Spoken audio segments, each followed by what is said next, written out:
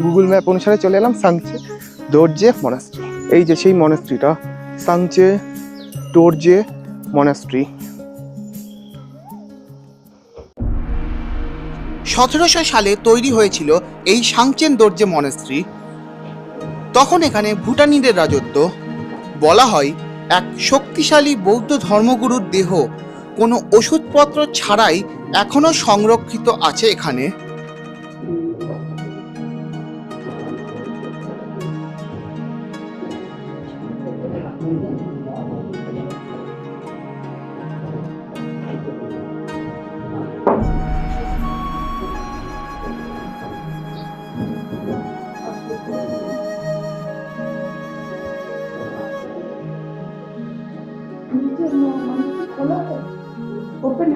সাংচে দোরজে যে মনাস্ট্রিটা, ওই মনাস্ট্রির ওপরে যে মনাস্ট্রিটা আছে, ওপর দিকে